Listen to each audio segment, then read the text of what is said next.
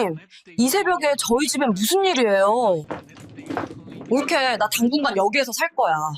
내가 그동안 엄마 모셨잖아. 이제는 나도 편하게 살아야지.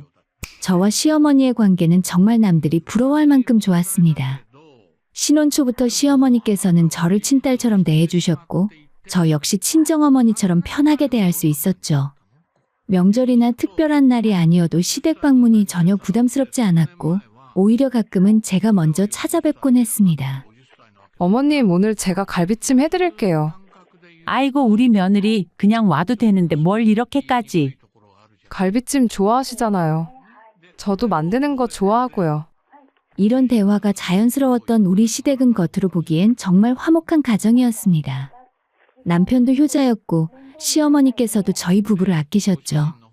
주말이면 함께 장을 보러 가기도 하고 가끔은 영화를 보러 가기도 했습니다. 친구들이 시댁 이야기만 나오면 한숨부터 쉬는 걸 보면서 저는 정말 운이 좋은 편이라 생각했어요. 하지만 이런 평화로운 분위기 속에서도 모두가 입을 다물고 있는 단 하나의 골칫덩이가 있었습니다. 바로 신우였어요. 가족 모임이 있을 때마다 미묘한 긴장감이 도는 이유도 시어머니께서 가끔 깊은 한숨을 쉬시는 이유도 모두 신우 때문이었죠. 신우는 남편보다 3살이 많았는데 나이를 먹었다고 해서 철이 드는 건 아니라는 걸 몸소 보여주는 사람이었습니다. 그 나이를 먹도록 결혼도 하지 않은 채 시어머니 집에서 얹혀 살면서 제대로 된 직장 생활을 한 번도 해본 적이 없었죠. 아르바이트를 하다가도 금방 그만두고 사업을 한다고 집안에서 돈을 빌려가서는 흔적도 없이 날려버리기 일쑤였습니다.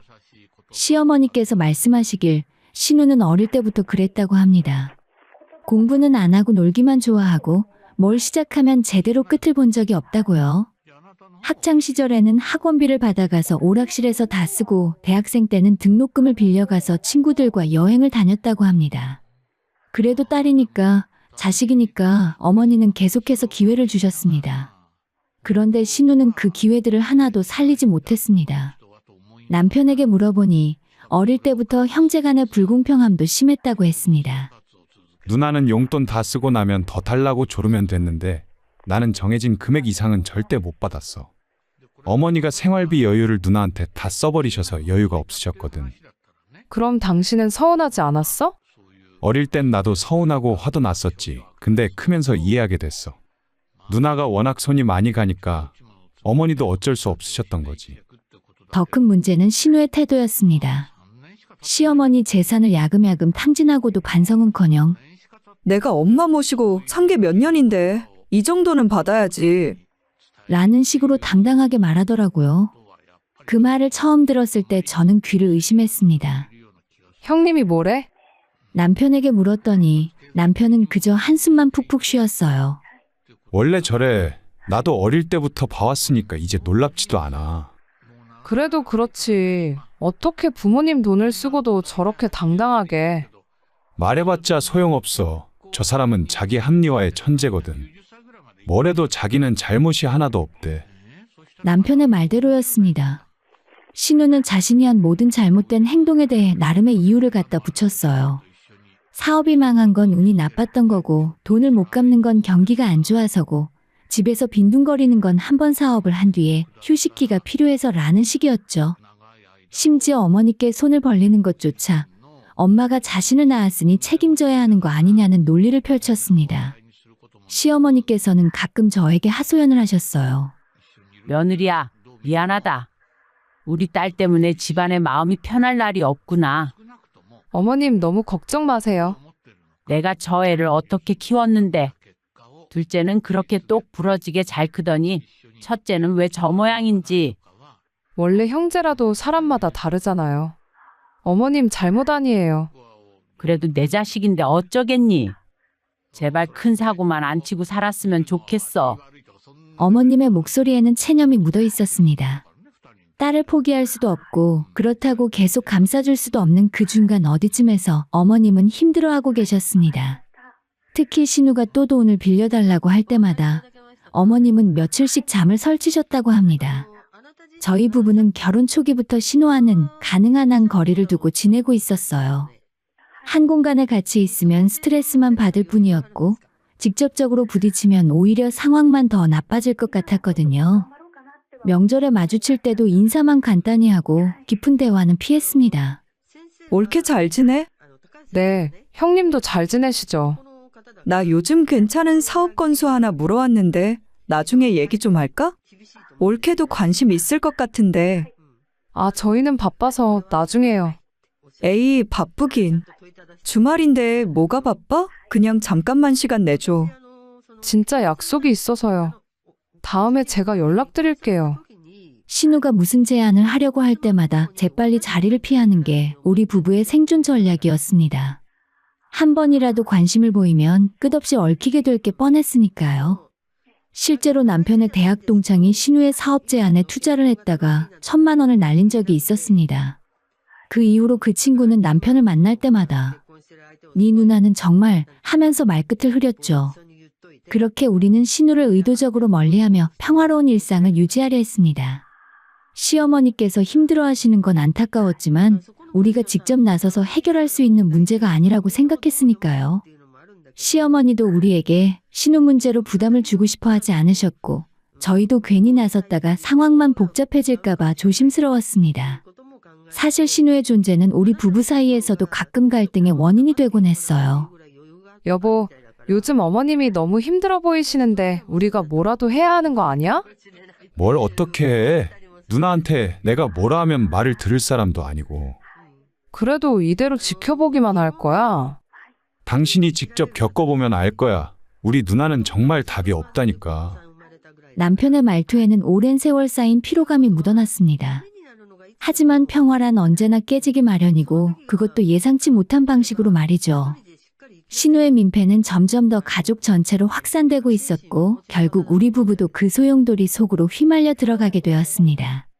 그 시작은 시어머니의 환갑잔치였어요. 그때 우리는 신우의 뻔뻔함이 어디까지 갈 수 있는지 제대로 목격하게 됩니다. 시어머니의 환갑이 며칠 앞으로 다가오고 있었어요. 어머니께서는 조용히 넘어가자고 하셨지만 남편과 저는 작은 가족 모임이라도 준비하고 싶었습니다. 평소 저희를 너무 잘 대해주셨으니 이런 날만큼은 제대로 챙겨드리고 싶었거든요. 저희가 식당 예약할게요. 좋아하시는 한정식 집으로요. 아이고, 그럴 필요 없어. 그냥 집에서 조촐하게 밥이나 먹으면 돼. 안 돼요. 이런 날은 특별하게 보내야죠. 시어머니께서는 손사래를 치셨지만 결국 저희의 고집을 꺾지 못하셨습니다. 저는 시어머니가 좋아하실 만한 식당을 알아보고 남편은 작은 선물을 준비했어요. 조촐하지만 따뜻한 가족 모임이 될 거라 생각했죠. 그런데 환갑 일주일 전쯤 밤 11시가 넘어서 신우에게서 전화가 왔습니다. 올케, 나야. 우리 엄마 환갑이 언제였지? 다음 주 토요일인데 왜요? 아, 맞다. 그렇지. 그건 그렇고 올케, 나 돈 벌 기회가 생겼어. 갑자기 무슨 소리인가 싶었어요. 신우의 목소리는 묘하게 들떠 있었습니다. 무슨 돈이요? 있잖아. 요즘 아르바이트 하는 곳에서 부모님 생신 때 축하금 주는 게 있거든? 근데 초대장이랑 인증샷 같은 거가 있어야 한대. 올케가 좀 도와줘. 순간 머릿속이 복잡해졌습니다. 최근 시댁 근처 마트에서 아르바이트를 한다고 듣긴 했는데 그곳에서 효도 장려 차원으로 지원금을 준다 하더라고요. 아르바이트 하는 사람까지 챙겨주는 건가 싶기도 했고 신우의 어투가 왠지 불편했습니다. 그래요? 그럼 제가 어머님께 말씀드려서 정식으로. 아니, 그냥 형식적인 거니까 우리끼리 조용하게 처리하자. 초대장만 하나 만들어주면 돼. 초대장을요? 근데 어머님 환갑은 우리가 준비하고 있었는데. 아, 그거랑 별개야. 그냥 회사에 제출할 용이니까. 단순하게 날짜랑 장소만 적어주면 돼. 뭔가 이상하다는 느낌이 들었지만 이래저래 바빴던 저는 깊게 생각하지 않았습니다. 단순히 회사 제출 서류용이라고 생각했죠. 알았어요. 내일 만들어서 보내줄게요. 다음 날 간단하게 초대장을 만들어 신우에게 보냈습니다. 그리고 며칠 후에 환갑 당일이 되었습니다. 우리 가족은 예약한 한정식집에 모였어요. 시어머니와 남편과 저, 그리고 신우까지. 분위기는 좋았습니다.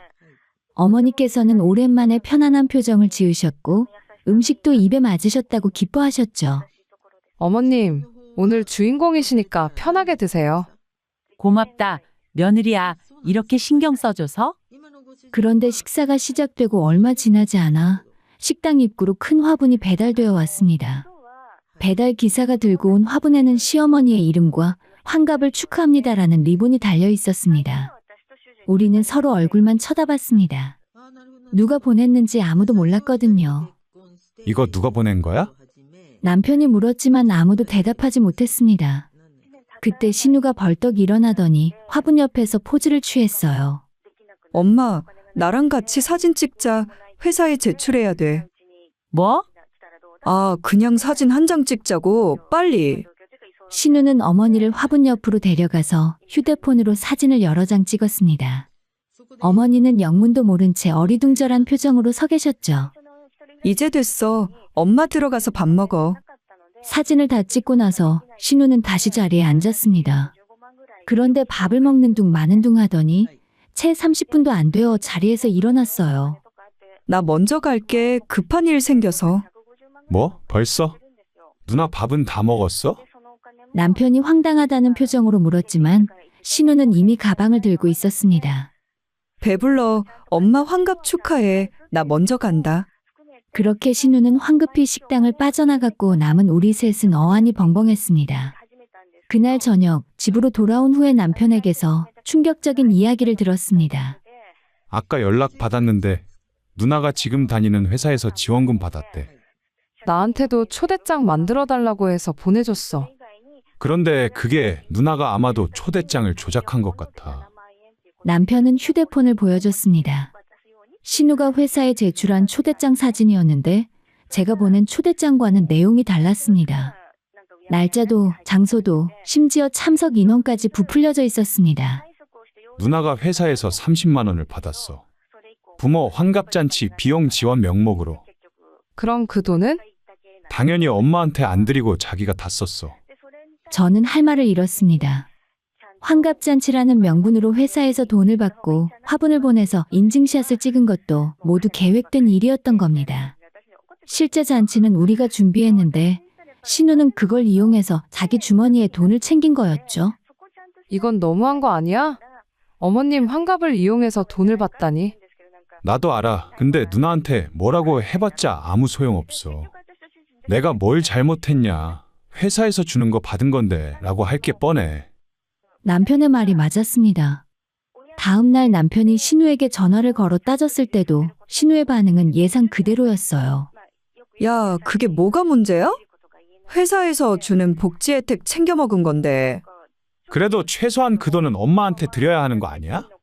내가 초대장도 만들고 화분도 주문하고 다 했는데 수고비 받는 게 당연한 거 아니야? 그리고 나도 이 돈으로 엄마 선물 살 거야. 나중에 좋은 거 사드릴 테니까 걱정하지 마. 하지만 그 나중에는 오지 않았습니다. 신우는 받은 돈으로 자기 옷을 사고 친구들과 술을 마시는데 다 써버렸죠. 시어머니께서는 나중에 이 사실을 아시고도 별로 놀라지 않으셨습니다. 원래 저런 애니까 난 별로 기대하지도 않아. 어머니의 체념 섞인 목소리를 들으니 더 화가 났습니다. 하지만 저희가 할 수 있는 건 없었어요. 신우는 자기가 한 일에 대해 전혀 잘못되었다고 생각하지 않았고 오히려 우리가 너무 예민하게 구는 거라고 생각하는 것 같았습니다. 올케, 너무 심각하게 받아들이지 마. 나도 나름대로 엄마 생각해서 한 거야. 내가 이렇게 알아서 용돈 버니까 엄마한테 돈을 덜 받아가도 되잖아. 신우의 이런 말을 들으니 기가 막혔습니다. 어머니를 생각했다면 그 돈을 어머니께 드렸어야 하는 거 아닌가요? 하지만 신우에게는 그런 당연한 논리가 통하지 않았습니다. 이 사건을 계기로 저는 신우가 정말 뻔뻔함의 끝판왕이라는 걸 실감했어요. 자기 어머니의 환갑마저 돈벌이 수단으로 이용하는 사람, 그것도 전혀 죄책감 없이 당당하게 행동하는 사람을 저는 처음 봤습니다. 남편은 그날 이후로 신우와 연락을 거의 끊다시피 했어요. 이제 누나한테 기대하는 거 없어. 그냥 남남처럼 지내는 게 나아. 하지만 우리의 바람과 달리 이건 시작에 불과했습니다. 신우의 뻔뻔한 행각은 여기서 끝나지 않았고 오히려 점점 더 대담해져 갔어요. 그리고 그 끝은 우리 부부의 집 앞까지 이어지게 됩니다. 환갑잔치 사건 이후로 신우는 한동안 조용하게 지내는 것 같았어요. 아니, 정확히 말하면 연락이 뜸했습니다. 명절에도 얼굴을 보이지 않았고 시어머니께 전화도 잘하지 않았죠. 처음에는 드디어 정신 차렸나 싶었지만 남편은 고개를 저었어요. 아니야. 누나가 조용한 건 뭔가 사고를 치고 있다는 뜻이야. 남편의 예감은 틀리지 않았습니다. 그로부터 2달쯤 지났을 때 시어머니께서 걱정스러운 목소리로 전화를 하셨어요. 우리 딸이 또 사업을 시작했대. 네?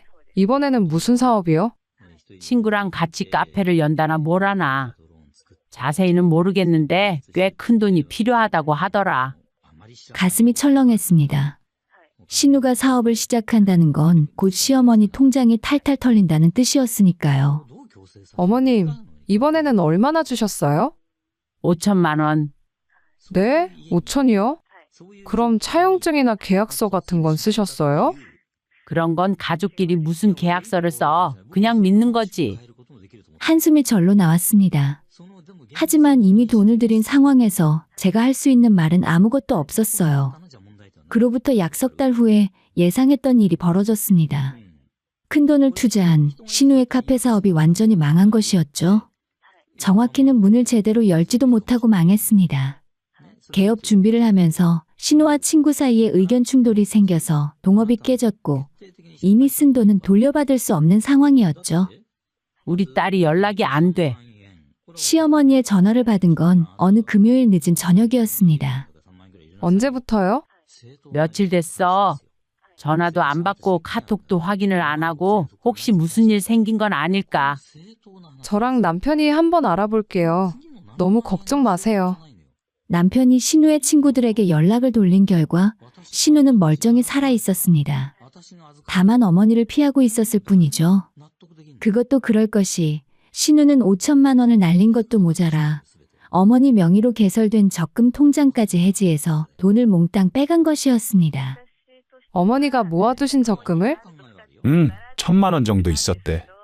누나가 도장이랑 통장 비밀번호를 알고 있었나 봐. 그럼 총 6천만 원을 가져간 거네.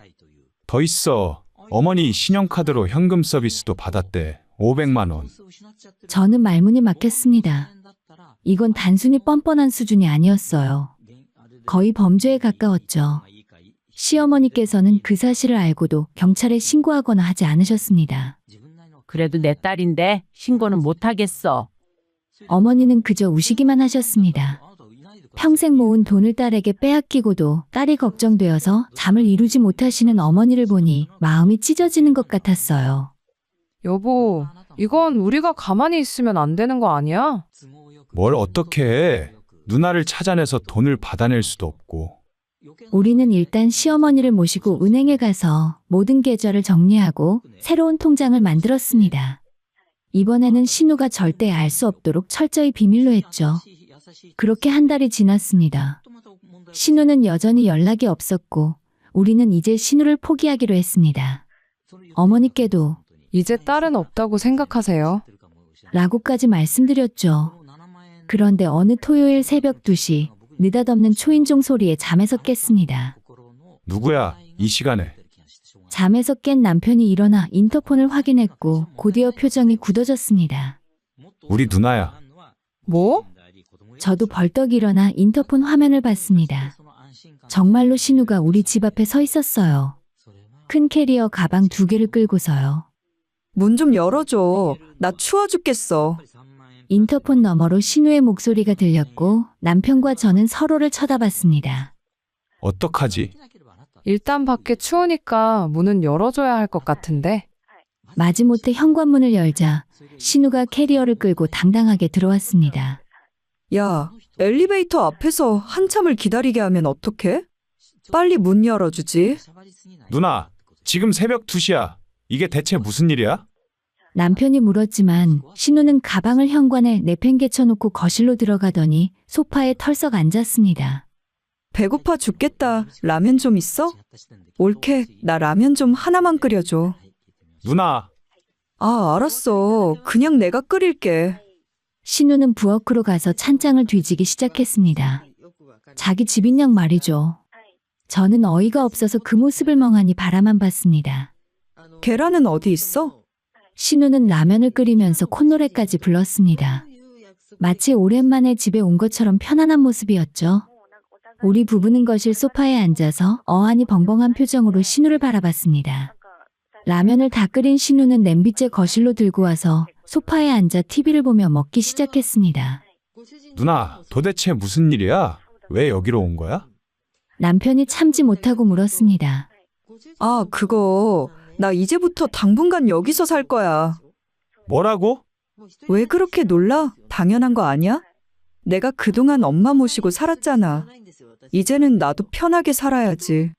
무슨 소리야? 누나가 엄마를 모신 게 아니라 엄마한테 얹혀 산 거잖아. 그게 그거지 뭐. 어쨌든 나도 이제 좀 편하게 살아야겠어. 동생 부부가 잘 사니까 좀 도와주는 거 당연한 거 아니야? 신우는 라면을 후루룩 먹으며 태연하게 말했습니다. 이건 부탁이 아니었고 완전 통보였어요. 안 돼요. 제가 소리쳤습니다. 형님, 이건 말이 안 돼요. 어떻게 아무 상의도 없이. 가족끼리 무슨 상의를 해. 그냥 같이 사는 거지. 올케도 참 너무 박정하네.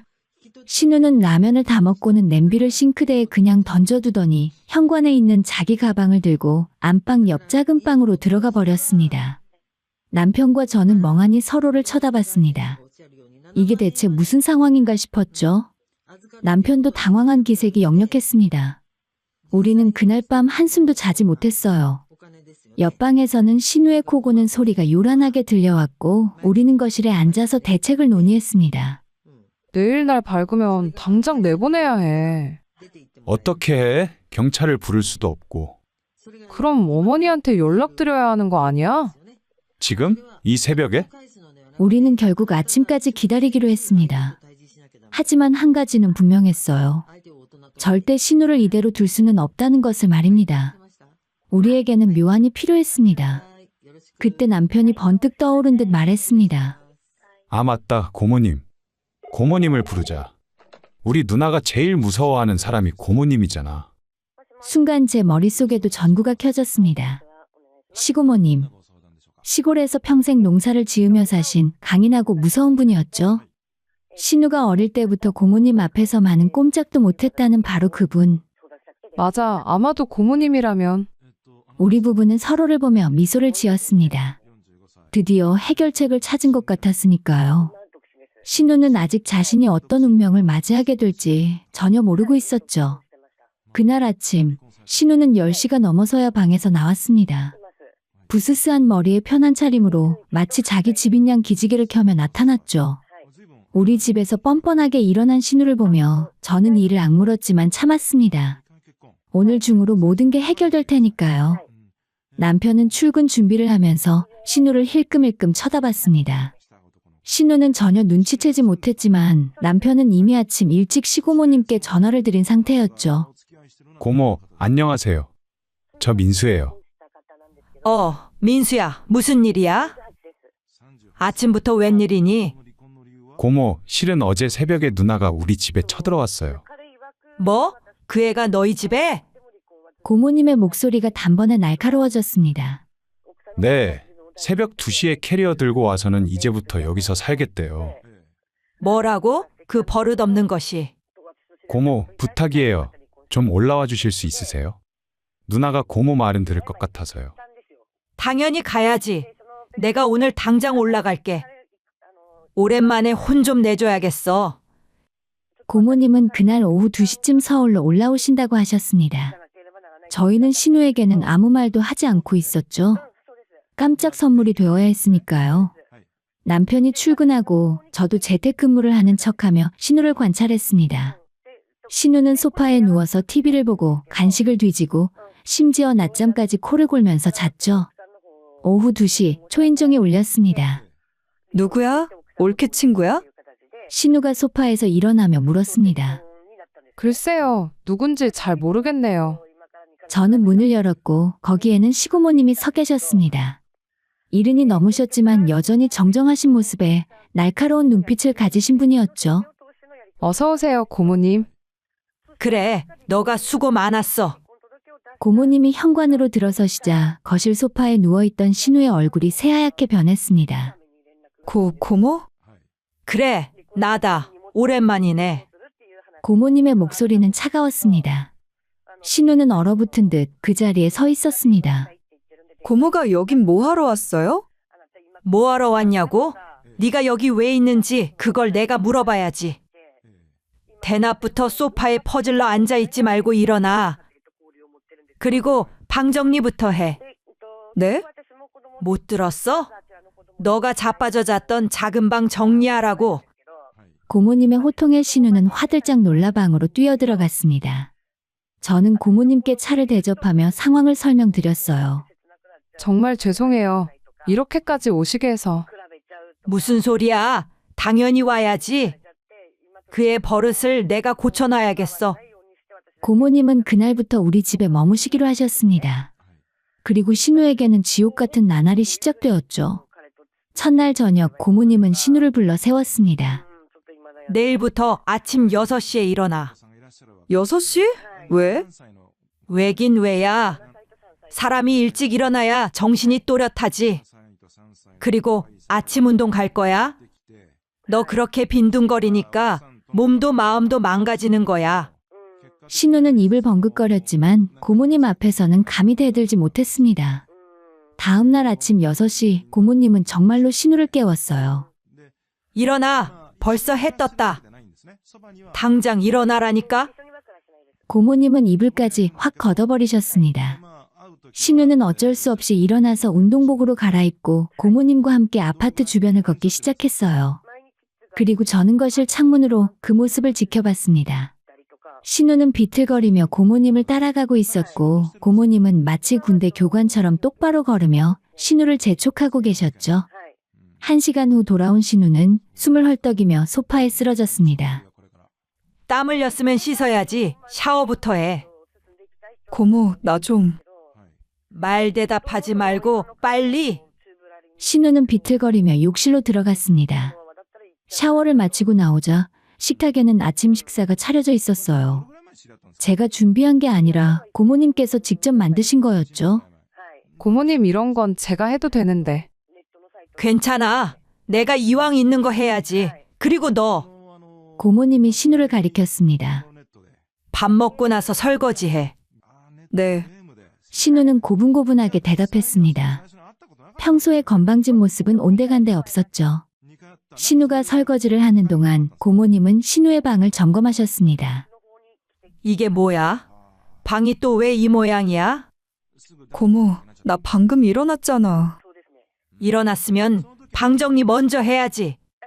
옷은 옷대로, 가방은 가방대로 정리해. 그리고 이 더러운 옷들은 당장 싹 다 빨래부터 해. 신우는 하루 종일 방 정리와 빨래를 했습니다.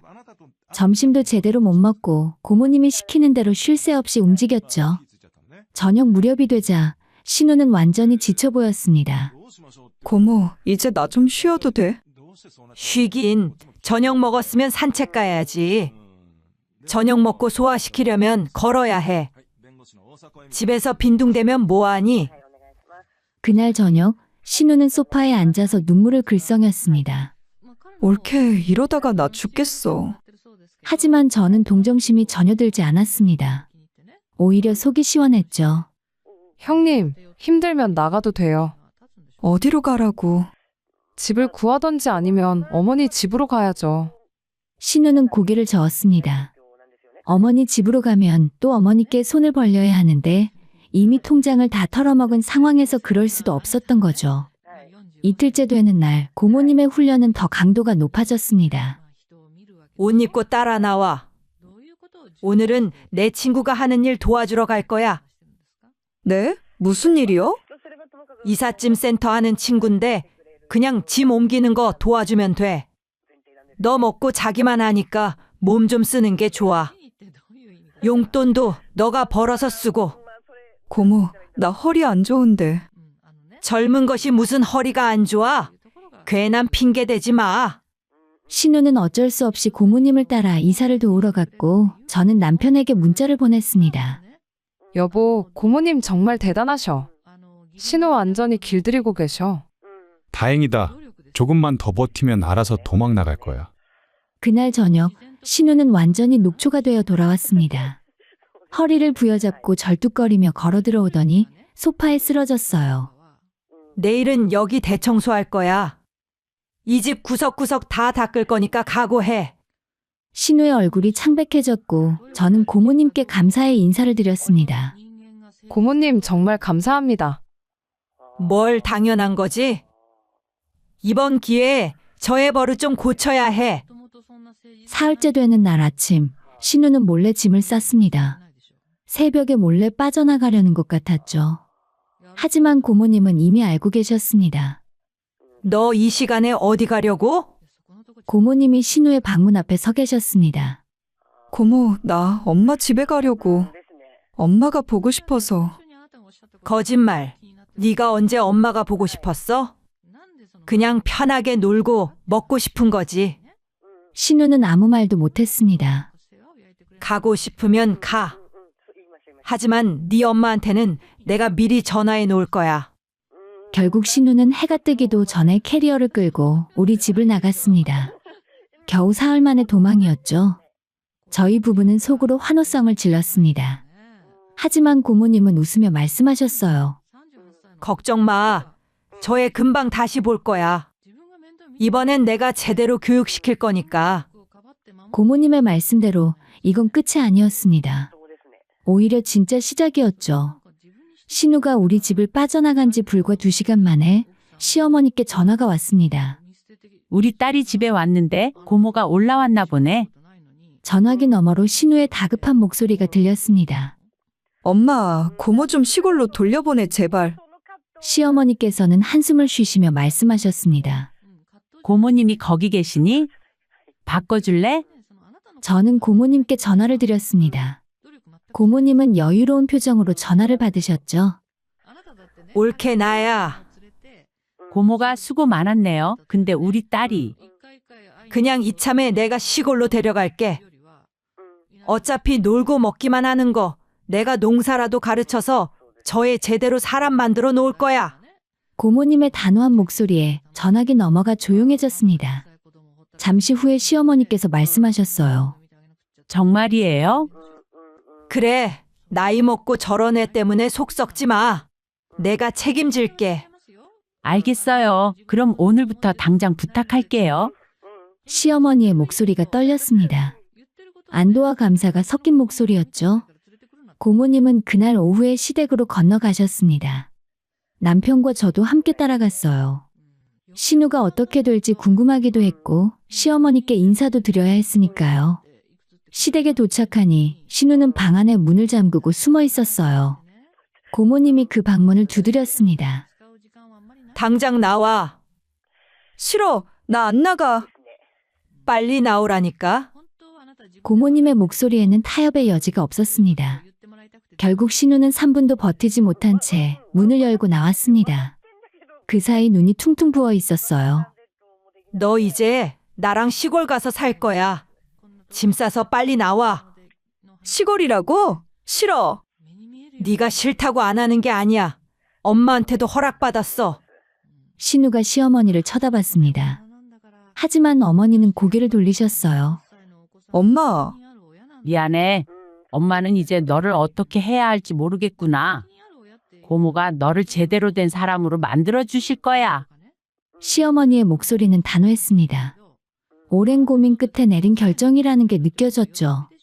신우는 거실 바닥에 주저앉아 울기 시작했습니다. 하지만 고모님은 단호했습니다. 평생 그렇게 울면서 살 거야? 아니면 일하면서 사람답게 살 거야? 일하면서. 그럼 빨리 짐 싸. 내일 아침 일찍 출발할 거니까. 다음 날 고모님은 정말로 신우를 데리고 시골로 내려가셨습니다. 신우는 눈물을 흘리며 차에 올랐지만 고모님 앞에서는 감히 단 한 번도 저항하지 못했어요. 잘 다녀와라. 시어머니께서 차를 배웅하시며 말씀하셨습니다. 어머니의 눈가도 촉촉했어요. 차가 떠난 후에 시어머니는 한참을 그 자리에 서 계셨고 저는 어머니의 손을 잡았습니다. 어머님 결심 잘하신 거예요. 그래, 제발 그랬으면 좋겠구나. 시골로 내려간 신우에 대한 소식은 고모님께서 가끔 전화로 알려주셨습니다. 처음엔 계속 짜증내고 투덜거렸어. 근데 일주일 지나니까 좀 잠잠해지더라고. 형님한테 일을 시키세요? 당연하지. 아침 6시에 일어나서 소밥 주고, 해 뜨면 밭일 거들고 집안일 돕고, 저녁에는 우리 동네 슈퍼에서 아르바이트도 시작했어. 정말요? 그래, 처음엔 도망가려고 했는데 내가 딱 잡아놨지. 여긴 돈 쓸 일 없으니까 월급 받으면 전부 엄마 통장으로 넣으라고 했어. 형님이 그렇게 해요? 안 하면 밥을 안 줘. 간단한 일이지. 고모님의 교육 방식은 확실했습니다. 일하지 않으면 먹지도 못하고 규칙을 어기면 바로 제재가 따랐죠. 한 달이 지나자 신우에게서 처음으로 문자가 왔습니다. 올케, 나 요즘 농사일 배우고 있어. 힘들긴 한데 이제 보니 뭔가 보람이 있는 것 같기도 하고. 저는 남편에게 그 문자를 보여줬습니다. 여보 이거 봐. 형님이 뭔가 변하는 것 같아. 진짜 변했으면 좋겠네. 2달째 고모님께서 전화를 주셨습니다. 요즘 애가 제법 사람 같아졌어. 아침에 안 깨워도 알아서 일어나고 일도 열심히 해. 내가 주는 월급이랑 슈퍼에서 받는 돈도 꼬박꼬박 보내고 있어. 형님이요? 그래, 처음엔 억지로 시켰는데 지금은 스스로 해. 엄마한테 갚아야 할 빚이 많다고 하더라고. 저는 놀라움을 감추지 못했습니다. 그 뻔뻔하던 신우가 정말 변한 건가 싶었어요. 며느리야, 우리 딸이 나한테 매달 돈을 보내고 있어. 어제도 들어왔고 그래요? 얼마나요? 200만 원. 이젠 정말 우리 딸이 변한 것 같아. 넉 달째 명절이 되어 신우가 집에 왔습니다. 하지만 예전과는 완전히 달랐습니다. 깔끔하게 단정한 옷차림에 표정도 밝았습니다. 엄마, 잘 지냈어요? 그래, 너 많이 달라졌구나. 고모 덕분이지 뭐. 고모가 사람 만들어주셨어요. 신우는 우리에게도 정중하게 인사했습니다. 올케, 그동안 정말 미안했어. 내가 너무 철없이 굴었던 것 같아. 이제는 달라질게. 그날 저녁 신우는 직접 설거지를 하고 시어머니를 도와 음식도 준비했습니다. 예전에 신우라면 상상도 할 수 없는 모습이었죠. 고모님은 만족스러운 표정으로 그 모습을 지켜보셨습니다. 봐라, 사람은 환경이 중요해. 제대로 된 환경에 두면 다 변해. 명절이 끝나고 시골로 돌아갈 때 신우는 우리에게 다시 한번 고개를 숙였습니다. 정말 미안했어. 그리고 고마워. 너희가 고모님을 불러주지 않았으면 난 평생 그 모양으로 살았을 거야. 저는 처음으로 신우에게 진심 어린 미소를 지을 수 있었습니다. 형님 잘 지내요. 그래, 너희도. 차가 떠나는 걸 보며 시어머니께서 말씀하셨습니다. 정말 꿈만 같네. 어머님 이제 마음 편히 쉬세요. 그래, 고맙다 며느리야. 너희들 덕분이야. 우리 집은 다시 평화를 되찾았습니다.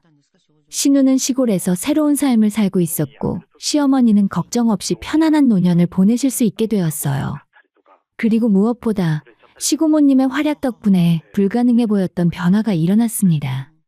그리고 1년의 시간이 지났고 신우는 여전히 시골에서 고모님과 함께 살고 있었어요. 그리고 놀랍게도 그 변화는 일시적인 게 아니었습니다. 우리 딸이 이번 달에도 돈 보냈어. 250만 원이나 보냈더라. 시어머니께서는 이제 신우 이야기를 하실 때마다 밝은 표정을 지으셨습니다. 예전처럼 한숨 쉬시는 일이 없어졌죠. 정말 다행이에요. 저는 진심으로 기뻤습니다. 처음엔 신우를 집에서 내쫓고 싶은 마음뿐이었지만 이렇게 변화된 모습을 보니 뿌듯하기까지 했어요. 어느 주말 신우가 서울에 일이 있어서 잠깐 들렀습니다. 예전처럼 빈손이 아니라 시골에서 직접 키운 채소를 한 박스 가득 들고 찾아왔어요. 엄마, 이거 전부 제가 키운 거니까 드셔보세요. 어머나, 정말 고맙다. 올케도 가져가. 시골집 텃밭에서 키운 건데 정말 맛있어. 신우는 예전의 건방진 모습은 온데간데 없었습니다. 겸손하고 따뜻한 사람이 되어 있었죠. 형님, 요즘은 어때요? 제가 물었습니다. 좋아. 아침에 일어나서 일하고 사람들이랑 얘기하고 저녁에 집에 돌아와서 쉬는 게 이렇게 평화로운 줄 몰랐어. 힘들긴 한데 그게 또 보람 있어. 내가 일한 만큼 돈을 벌고 그 돈으로 엄마한테 갚고 그래서 뿌듯해. 신우의 눈빛은 맑았습니다. 예전에 흐릿하고 불안정했던 눈빛이 아니라 자신의 삶에 확신이 있는 사람의 눈빛이었습니다. 그리고 다시 몇 달이 지난 어느 날 신우에게서 전화가 걸려왔어요. 올케, 나 결혼할 것 같아. 이 동네에서 알게 된 사람인데 과수원을 하고 있고 성실하고 정말 좋은 사람이야. 축하해요. 고마워. 그동안 내가 정말 미안했어. 이제는 제대로 살게. 신우의 목소리는 행복으로 가득했습니다. 결혼식 날 신우는 정말 아름다웠어요. 웨딩드레스를 입은 모습도 예뻤지만 무엇보다 그 얼굴에 담긴 평화로운 미소가 아름다웠습니다. 고모님 정말 감사합니다. 신우는 고모님 앞에서 눈물을 흘렸습니다. 고모님이 아니었으면 저는 지금도 엉망으로 살고 있었을 거예요. 이제는 정신 차리고 잘 살아라. 행복하게. 네, 꼭 그렇게 할게요. 결혼식이 끝나고 집으로 돌아오는 길에 남편이 말했습니다. 정말 사람이 변할 수 있구나. 시고모님의 활약으로 신우는 새로운 삶을 시작했고 우리 가족은 진정한 평화를 찾았습니다. 웃기고 황당했지만 결국 따뜻한 결말로 끝난 이 이야기는 저에게 많은 것을 가르쳐 주었어요.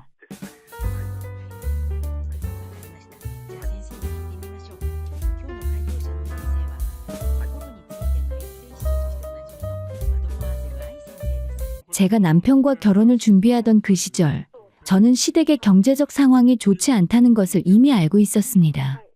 결혼식 비용은 물론이고 신혼집 준비에 필요한 어떤 것도 시댁에서 보태주실 수 없는 상황이었죠.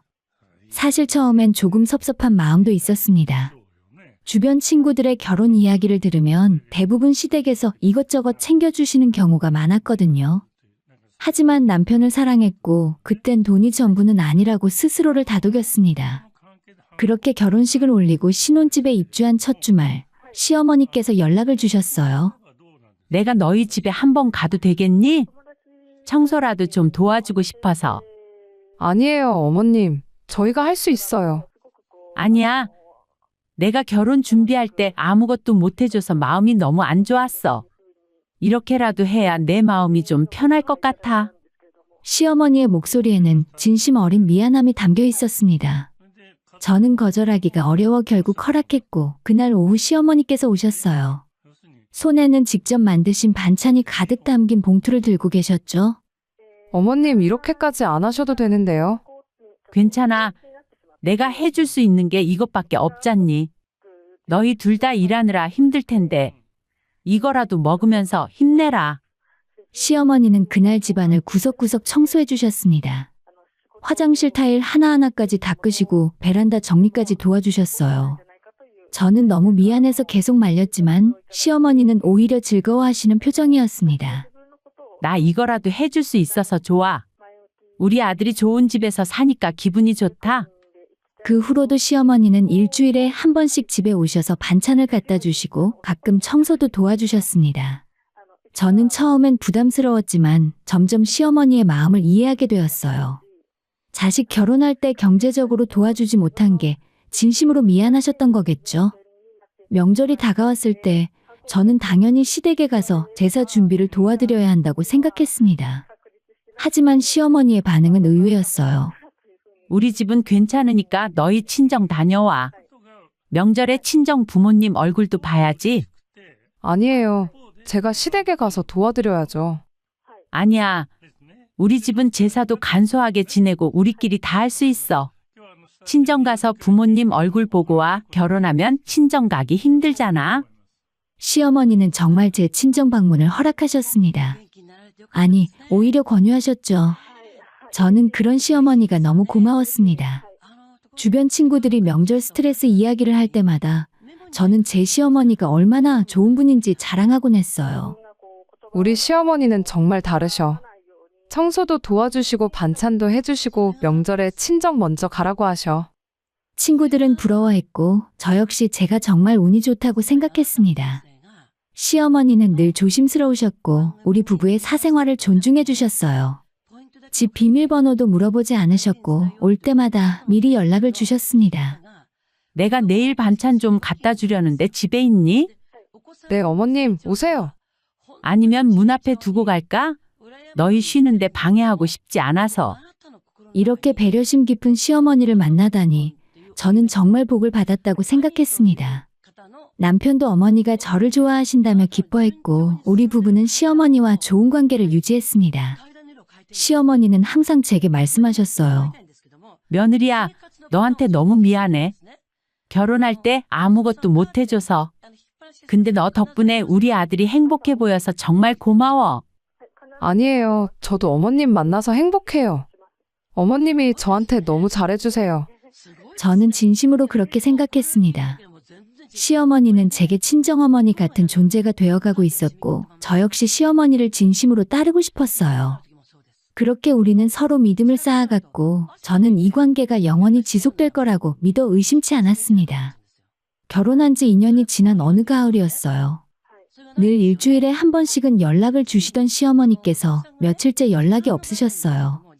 처음 이틀은 바쁘신가 보다 생각했는데 사흘째가 되자 걱정이 되기 시작했습니다. 여보, 어머니한테 전화 한번 해봐. 요즘 연락이 없으시네.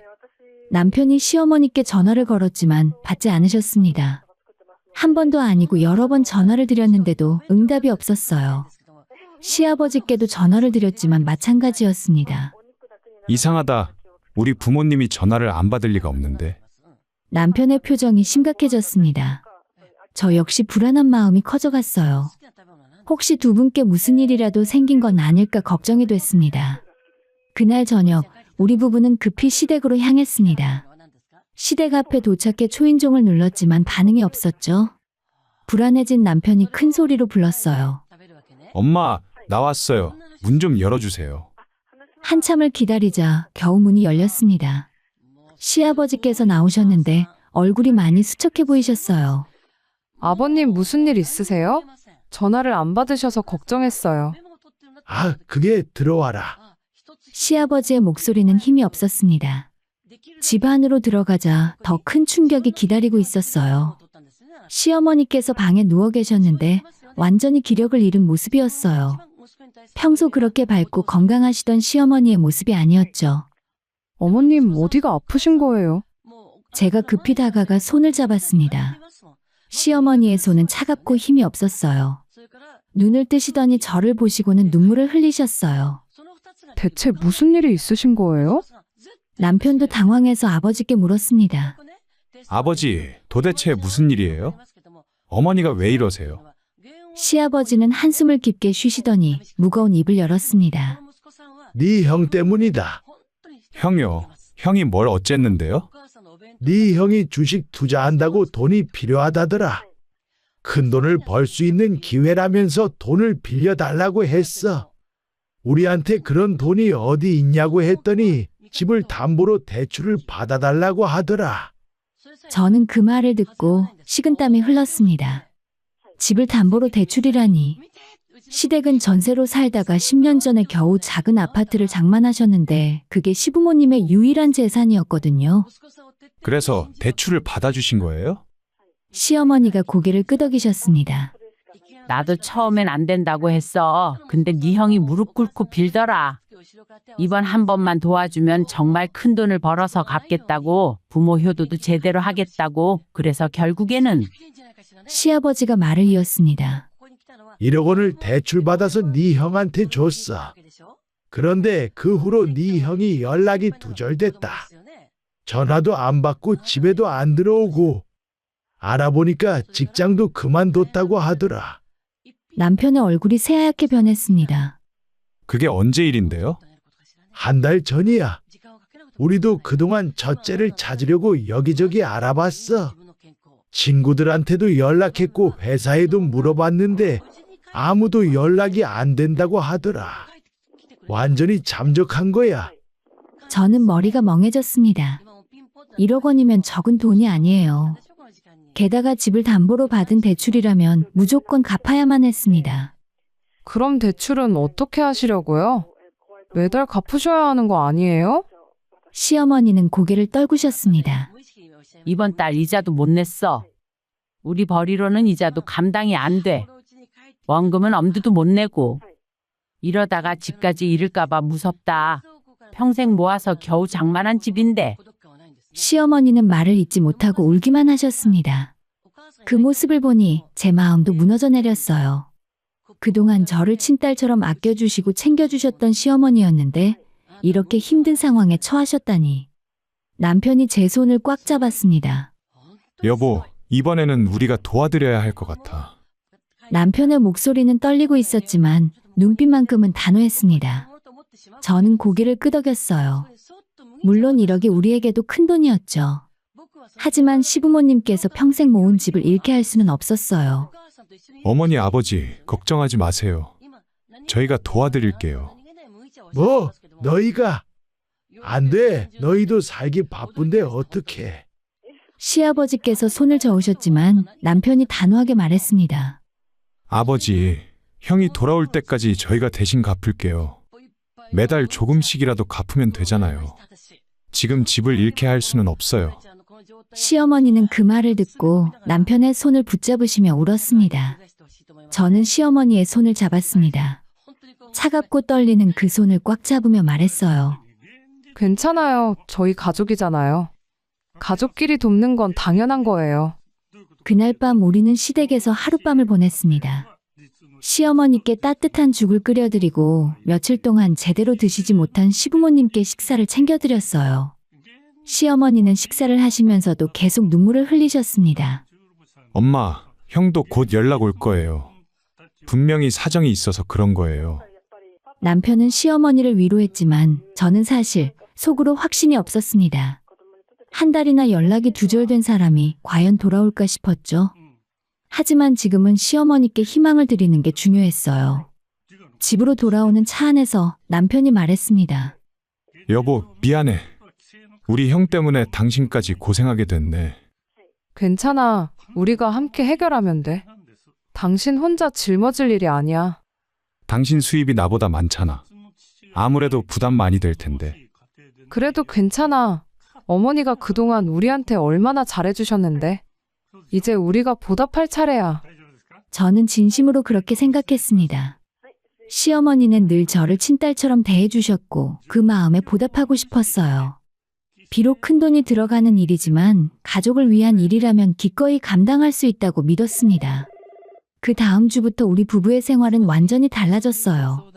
저는 IT 회사에서 일하며 남편보다 조금 더 많은 수입을 올리고 있었어요. 평소에는 그 돈으로 저축도 하고 가끔 외식도 하고 여행 계획도 세우곤 했죠. 하지만 이제는 그럴 여유가 없었습니다. 우리는 함께 앉아서 가계부를 꼼꼼히 살펴봤어요. 매달 200만 원 정도는 갚아야 해. 그렇게 하면 4년 정도면 다 갚을 수 있어. 4년이라 긴 시간이네. 하지만 우리가 함께하면 할 수 있어. 당신 월급에서 100만 원, 내 월급에서 100만 원씩 내면 되니까. 저는 고개를 끄덕였습니다. 사실 쉬운 결정은 아니었어요. 4년이면 우리가 계획했던 많은 것들을 포기해야 한다는 의미였거든요. 아이 계획도 미뤄야 했고 저축도 거의 할 수 없게 됐죠. 하지만 시부모님의 집을 지켜드려야 한다는 생각에는 변함이 없었습니다. 첫 달에 우리는 200만 원을 시댁 대출 계좌로 송금했습니다. 시어머니께서 바로 전화를 주셨어요. 며느리야, 돈 들어온 거 확인했어. 정말 고맙다. 너희가 아니었으면 우리 어쩔 뻔했니? 저희가 매달 꾸준히 갚을게요. 걱정하지 마세요. 정말 미안하고 고마워. 내가 너희한테 어떻게 보답해야 할지 모르겠구나. 시어머니의 목소리에는 진심 어린 감사함이 묻어났습니다. 저는 그 목소리를 들으며 이 일을 잘 결정했다고 다시 한번 확신했어요. 그 후로 우리 부부의 생활은 정말 검소해졌습니다. 평소 일주일에 한 번씩 하던 외식은 한 달에 한 번으로 줄었고 습관처럼 카페에서 마시던 커피도 집에서 타먹는 커피로 바꿨어요. 옷도 필요한 것만 최소한으로 사고 주말마다 가던 영화관도 거의 가지 않게 됐습니다. 여보, 미안해.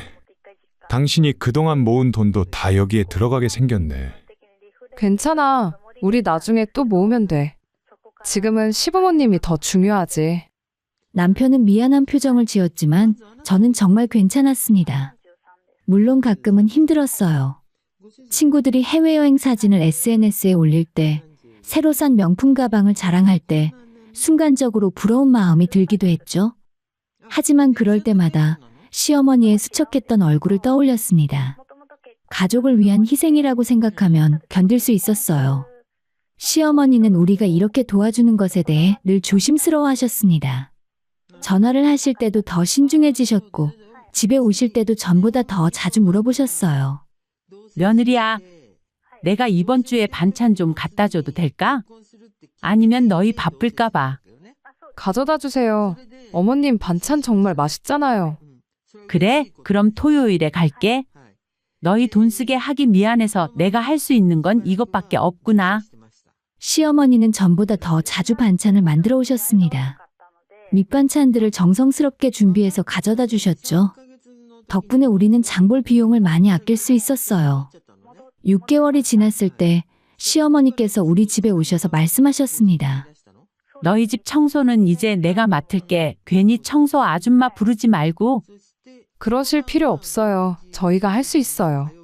아니야, 너희가 우리 집 대출까지 갚아주는데 나라도 이렇게 도와야 마음이 편해.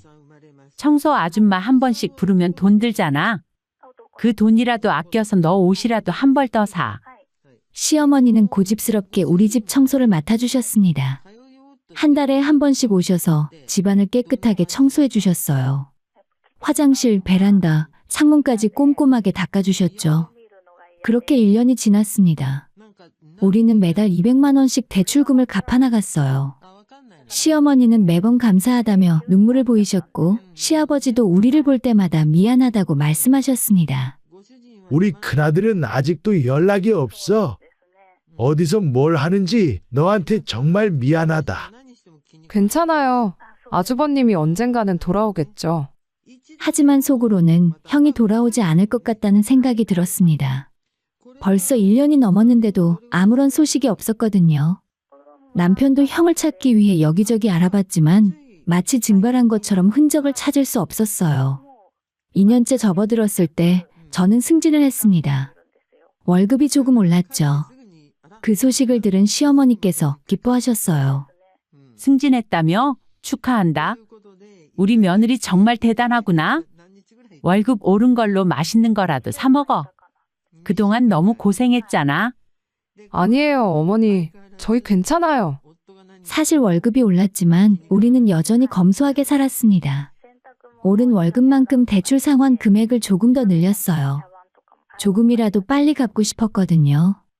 3년이 지났습니다. 어느덧 우리는 대출금의 4분의 3을 넘게 갚았어요. 이제 진짜 끝이 보이기 시작했습니다. 남편과 저는 서로를 격려하며 마지막까지 힘을 냈죠. 여보, 이제 1년만 더 버티면 돼. 우리 정말 잘하고 있어.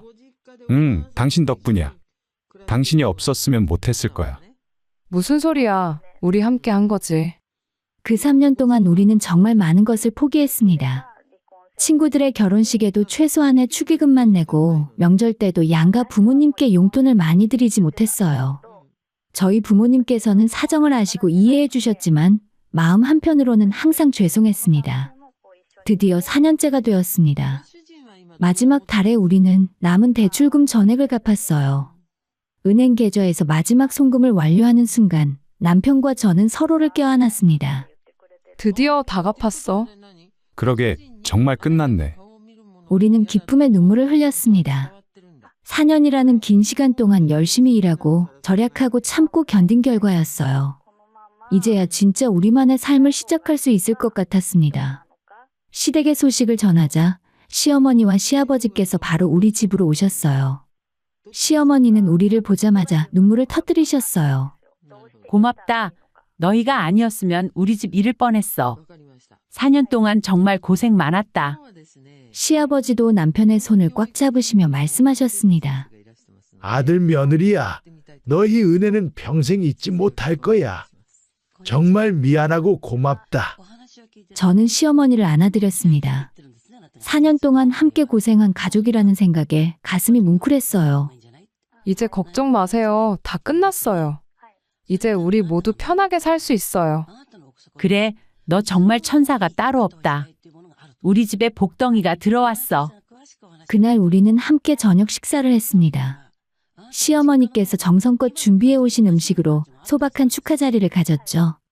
오랜만에 마음 편하게 웃고 이야기를 나눴습니다. 이제 너희도 아이 계획 세워봐. 그동안 미뤘잖아. 이제 생각해 볼게요. 저는 행복했습니다. 힘든 시간을 이겨냈고 가족을 지켰으며 이제 우리의 미래를 계획할 수 있게 됐으니까요.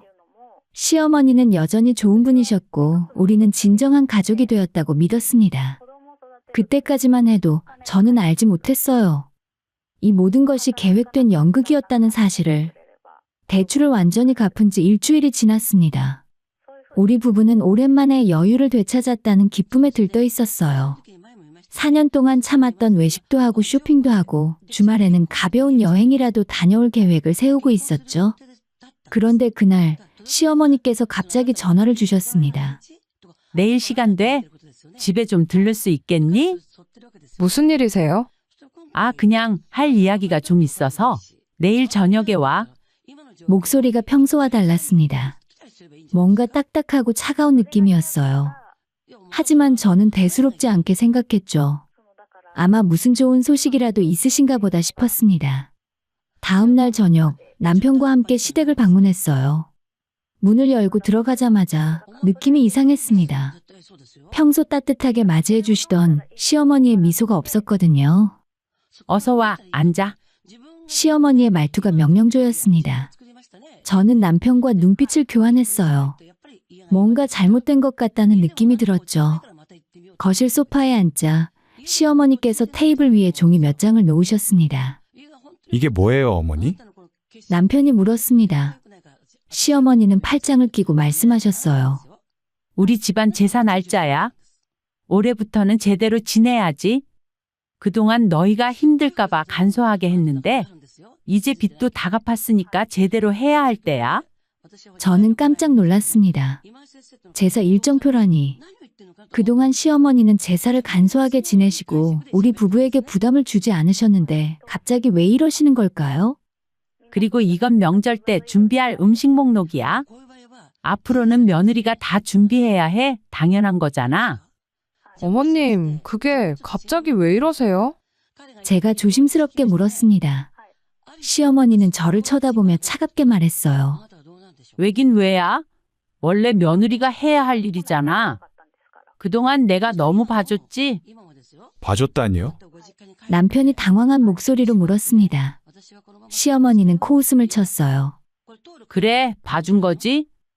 너희가 우리 빚 갚는다고 고생하는데 내가 더 부담 주면 안 될 것 같아서 참았던 거야. 근데 이제 다 갚았으니까 더 이상 참을 필요 없잖아. 저는 귀를 의심했습니다. 이게 정말 그 따뜻하던 시어머니가 하시는 말씀일까요? 그리고 말이야, 이제부터는 매달 용돈 좀 보내줘야겠어. 한 달에 50만 원씩. 그동안 너희한테 아무것도 요구 안 했잖아. 이제 좀 받아도 되지? 50만 원이요? 남편의 목소리가 높아졌습니다. 왜? 4년 동안 200만 원씩 갚을 수 있었으면 50만 원 정도는 할 수 있잖아. 시어머니의 논리는 완전히 뒤바뀌어 있었습니다. 저는 어이가 없어서 말이 나오지 않았어요. 도대체 왜 이러세요? 그동안은 안 그러셨잖아요. 제가 떨리는 목소리로 물었습니다. 시어머니는 저를 빤히 쳐다보더니 입가에 비웃음을 띄었어요. 왜긴 왜야? 이제 더 이상 연기할 필요가 없으니까. 연기요? 그래, 연기. 그동안 착한 시어머니 노릇하느라 힘들었어. 빨래 챙겨주고 반찬 만들어주고 팔자에도 없는 너희 집안 청소까지 해주고. 저는 머리를 망치로 맞은 것 같은 충격을 받았습니다. 시어머니의 입에서 나오는 말들이 믿기지 않았어요. 큰아들은 돈 벌 능력도 없고 책임감도 없잖아. 근데 너희는 달랐어. 특히 며느리, 네가 돈을 잘 버니까 그래서 너희한테 빚을 떠넘기기로 계획한 거야. 뭐라고요? 저는 소리를 질렀습니다. 도저히 믿을 수 없었거든요. 처음부터 계획이었어. 너희가 착하고 의리 있으니까 우리가 딱하게 굴면 도와줄 거라고 생각했지. 그래서 연기한 거야. 착한 시어머니, 불쌍한 시어머니 노릇을 하면서 말이야. 시어머니는 웃으면서 말했습니다. 그 웃음이 너무 섬뜩했어요. 저는 눈물이 났습니다. 4년 동안 제가 믿었던 모든 것이 거짓이었다는 사실이 너무 충격적이었어요. 어떻게 그러실 수 있어요? 저는 어머니를 진심으로 엄마처럼 생각했는데. 엄마처럼 웃기지 마. 우리는 그냥 시댁이고 너는 며느리야. 원래 며느리는 시댁을 위해 희생해야 하는 거 아니야? 시어머니의 말 한마디 한마디가 칼처럼 제 가슴을 찔렀습니다. 남편이 벌떡 일어나며 소리쳤어요. 엄마, 그게 무슨 말씀이세요? 어떻게 그런 말을 할 수 있어요? 왜? 사실이잖아. 너희가 알아서 4년 동안 빚을 갚아줬고 나는 그 기간 동안 착한 시어머니 역할을 했으니까 이제 본 모습 보여주는 거지 뭐. 본 모습이요? 그래, 본 모습. 원래 나는 이런 사람이야. 며느리한테 잘해줄 이유도 없고 챙겨줄 이유도 없어. 그동안은 너희가 필요해서 참았던 거야. 시아버지는 옆에서 아무 말도 하지 않고 고개를 숙이고 계셨습니다. 저는 시아버지를 봤어요. 아버님도 이 사실을 알고 계셨어요? 시아버지는 고개를 끄덕였습니다. 그 순간 저는 모든 것이 무너지는 느낌이었어요. 시부모님 두 분 다 저를 속였다는 사실이 너무 괴로웠습니다. 여보, 우리 나가자. 저는 남편의 손을 잡고 일어났습니다. 더 이상 이곳에 있을 수 없었어요. 왜? 벌써 가? 제사 준비는 언제 할 건데? 시어머니가 뒤에서 소리쳤지만 저는 뒤돌아보지 않았습니다. 남편도 아무 말 없이 저를 따라 나왔어요. 차에 타자마자 저는 참았던 울음을 터뜨렸습니다. 4년 동안 쌓아온 믿음과 사랑이 한순간에 산산조각난 기분이었어요. 남편도 핸들을 잡은 채 눈물을 흘렸습니다. 정말 미안해. 우리 엄마가 이런 사람인 줄 몰랐어. 당신 잘못이 아니야. 나도 정말 믿었는데 어떻게 사람이 저럴 수가 있을까? 그날 밤 우리는 집에 돌아와서도 잠을 이루지 못했습니다. 시어머니의 말들이 계속 머릿속에 맴돌았어요. 연기했다, 계획이었다, 본 모습. 그 단어들이 제 마음을 찢어놓았습니다. 며칠 동안 저는 아무것도 할 수 없었습니다. 회사에 가서도 일이 손에 잡히지 않았고 밥맛도 없었어요. 4년 동안의 헌신이 모두 헛된 것이었다는 생각에 너무 허무했습니다. 저뿐만 아니라 남편도 마찬가지였어요. 자기 어머니가 저를 그렇게 속였다는 사실에 죄책감을 느끼며 괴로워했죠. 우리 부부는 서로를 위로하며 하루하루를 버텨나갔습니다. 그런데 더 큰 충격이 우리를 기다리고 있었어요. 시어머니의 충격적인 고백 이후에 일주일이 지났습니다. 저는 여전히 그 상처에서 벗어나지 못하고 있었고 남편도 마찬가지였어요. 우리는 시댁과 연락을 끊은 채 지내고 있었어요. 그러던 어느 날 저녁 남편이 퇴근하고 돌아왔는데 표정이 심상치 않았습니다. 무슨 일 있어? 오늘 회사 앞에서 형 친구를 우연히 만났어. 아주버님의 친구?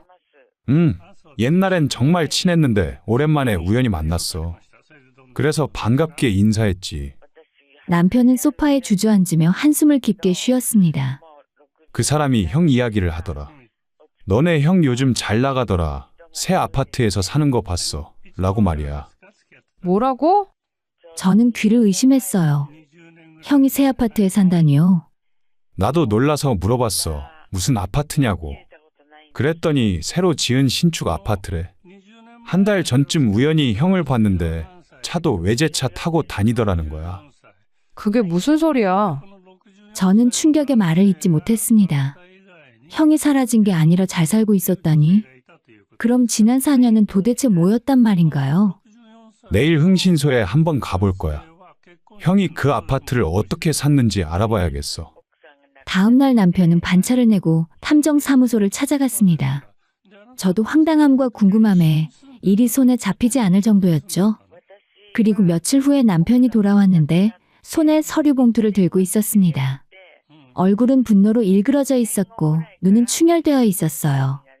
여보, 왜? 무슨 일인데? 남편은 서류 봉투를 테이블에 던지듯 내려놓았습니다. 다 거짓말이었어. 처음부터 끝까지 전부 다 말이야. 무슨 말이야? 애초에 형은 주식 투자 같은 거 안 했어. 엄마가 집을 담보로 대출받은 돈 그거 형한테 준 건 맞아. 근데 그게 다가 아니야. 남편은 서류를 꺼내며 설명했습니다.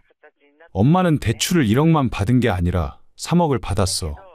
그중 1억은 우리한테 갚으라고 떠넘기고 대출 받은 돈은 전부 형한테 줬어. 그 돈에 형이 자기 가진 돈을 합쳐서 아파트를 산 거야. 뭐라고? 저는 서류를 집어들었습니다. 부동산 등기부등본이었어요.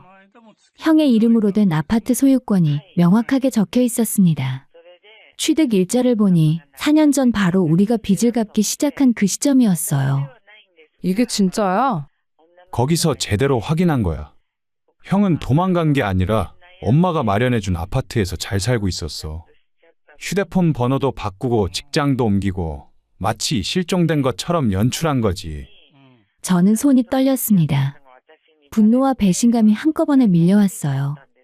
그러니까 어머님은 처음부터 우리를 속이려고 계획한 거였네. 아주버님을 위해 아파트를 사주고 대출금은 우리한테 떠넘기고. 그래, 그래서 엄마가 그렇게 착한 시어머니 연기를 한 거야. 우리가 4년 동안 꼬박꼬박 갚아줄 테니까 만약 우리가 중간에 포기하거나 도망가면 계획이 틀어지잖아. 그러니까 계속 감동시키고 미안해하고 고마워하는 척한 거지. 남편의 목소리는 점점 커졌습니다. 더 웃긴 건 형 아파트 가격이야? 지금 시세가 8억 정도래. 4년 사이에 가격이 많이 올랐어. 형이 샀을 때는 5억이었는데. 저는 그 자리에 주저앉았습니다. 너무 억울하고 화가 나서 눈물이 났어요. 어떻게 사람이 이럴 수가 있어? 친아들이랑 며느리한테? 나도 믿기지 않아. 내 엄마가 이런 사람이었다니. 형도 형이지. 동생 등쳐먹고 잘 살 생각을 하다니. 남편은 주먹으로 테이블을 쳤습니다. 저는 남편을 안아주었어요. 우리 둘 다 너무 큰 충격에 빠져 있었습니다. 한참을 그렇게 있다가 남편이 말했어요. 가만히 당하고 있을 수는 없어. 법적으로 대응할 거야. 법적으로? 변호사한테 상담받았는데 우리가 갚은 돈을 돌려받을 수 있대. 사기죄로도 고소할 수 있고. 다음 날 남편은 변호사와 함께 내용 증명과 청구서를 준비했습니다. 우리가 4년 동안 갚은 1억 원 전액과 그에 따른 이자와 정신적 피해에 대한 배상을 요구하는 내용이었어요. 우리는 변호사가 작성해준 서류를 들고 주말에 시댁을 찾아갔습니다. 시어머니는 우리를 보고 반갑게 웃으며 말했어요. 왔니? 생각해보니까 지난번에 내가 너무 심했나 싶긴 하더라. 일단 들어와. 하지만 우리는 웃지 않았습니다. 남편이 차갑게 말했어요. 어머니, 저희 할 이야기가 있어요. 시어머니는 우리의 분위기가 심상치 않다는 걸 눈치챘는지 표정이 굳어졌습니다. 남편은 서류 봉투에서 부동산 등기부등본을 꺼내서 테이블 위에 놓았죠. 이게 뭔지 아세요? 시어머니는 서류를 보더니 얼굴이 새하얗게 변했습니다. 이건 너가 이걸 어떻게. 형 아파트 등기부등본이에요. 형이 4년 전에 산 아파트요. 어머니가 대출금으로 사준 그 아파트. 시아버지도 놀란 표정으로 일어났습니다. 너희가 어떻게 알았니? 어떻게 알았냐고요? 이게 알아야 할 일이에요? 우리한테는 말도 안 하고 형한테 아파트를 사주고 우리더러 빚을 갚으라고 하셨잖아요. 남편의 목소리가 떨렸습니다. 시어머니는 뭐라 변명을 하려고 했어요. 아니 그게 아니라. 아니긴 뭐가 아니에요? 대출을 총 3억을 받으셨죠? 그중 1억은 우리한테 떠넘겼고 돈은 전부 형 아파트 사는데 쓰셨잖아요. 다 증거 있어요. 남편은 탐정이 조사한 자료들을 하나씩 꺼내 놓았습니다. 대출 내역, 부동산 거래 내역, 형의 주민등록등본까지 모든 증거가 명확했어요. 그리고 이건 청구서예요.